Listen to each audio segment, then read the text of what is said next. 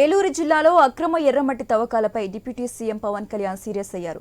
ద్వారకా తిరుమల మండలం ఐఎస్ జగన్నాథపురంలో ఎర్రమట్టి తవ్వకాలపై విచారణకు ఆదేశించారు పవన్ కళ్యాణ్. నవంబర్ 8న ఎర్రమట్టి తవ్వకాలు జరుపుతున్న బెకమ్ ఇన్ఫ్రా సంస్థపై చర్యలు తీసుకోవాలని చెప్పారు. కాగా బెకమ్ సంస్థ తీసుకున్న లీజు ప్రాంతంలో కాకుండా అదనంగా ఎర్రమట్టి తవ్వకాలు నిర్ధారణ అయింది. మొత్తం 28 ఎకరాల్లో తవ్వకాలు జరిపినట్లు గుర్తించారు. దీనిపై బెకమ్ ఇన్ఫ్రా సంస్థకు 36,68,00,000 రూపాయలు పెనాల్టీ విధిస్తూ నవంబర్ 22న గనుల శాఖ నోటీసులు ఇచ్చింది. గడువు ముగిసినా పెనాల్టీ చెల్లించకపోవడంపై పలు అనుమానాలు వ్యక్తమవుతున్నాయి.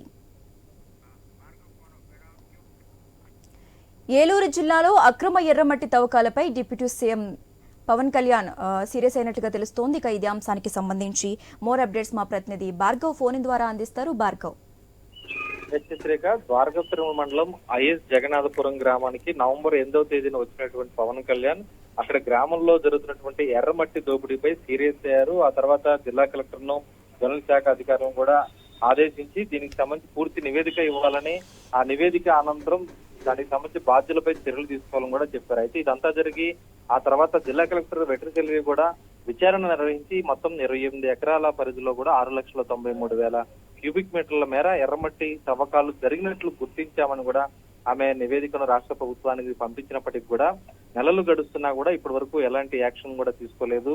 దీనికి సంబంధించి ఏదైతే ఆ గ్రామంలో బెకమ్ ఇన్ఫ్రా అనేటువంటి సంస్థ చేసినటువంటి గనులకు సంబంధించినటువంటి చేసినటువంటి ఏదైతే పెనాల్టీ ఉందో పెనాల్టీ విధిస్తూ కూడా దాదాపు 36.68 కోట్ల రూపాయలు చెల్లించాలంటూ కూడా వారు ఆదేశాలు ఇవ్వడం జరిగింది నవంబర్ 22.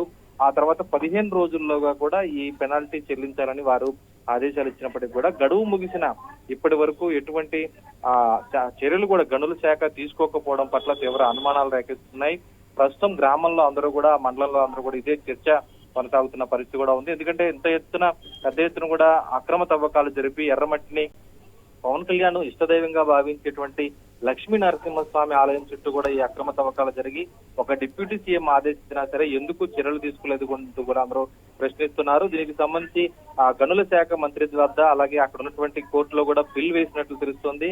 ఆ బిల్ వేసినా కూడా గనుల శాఖ నుంచి ఎటువంటి తీర్పు వెల్లడించకపోవడం ఎందుకు ఈ విధంగా వ్యవహరిస్తున్నారు, దీనికి సంబంధించి లోపాయికారికంగా ఏమైనా ఒప్పందాలు జరిగాయనేటువంటి అనుమానాలు ఉన్న నేపథ్యంలో ఖచ్చితంగా ఐఎస్ జగన్నాథపురం గ్రామంలో ఉన్న మట్టి తవ్వకాల మీద చర్యలు తీసుకోవాలంటూ కూడా ఆ గ్రామస్తులు గానీ అక్కడ ఉన్నటువంటి పర్యావరణ ప్రేమికులు గానీ కోరుతున్న పరిస్థితి అయితే ఉంది. Okay, right. Thank you Bhargav.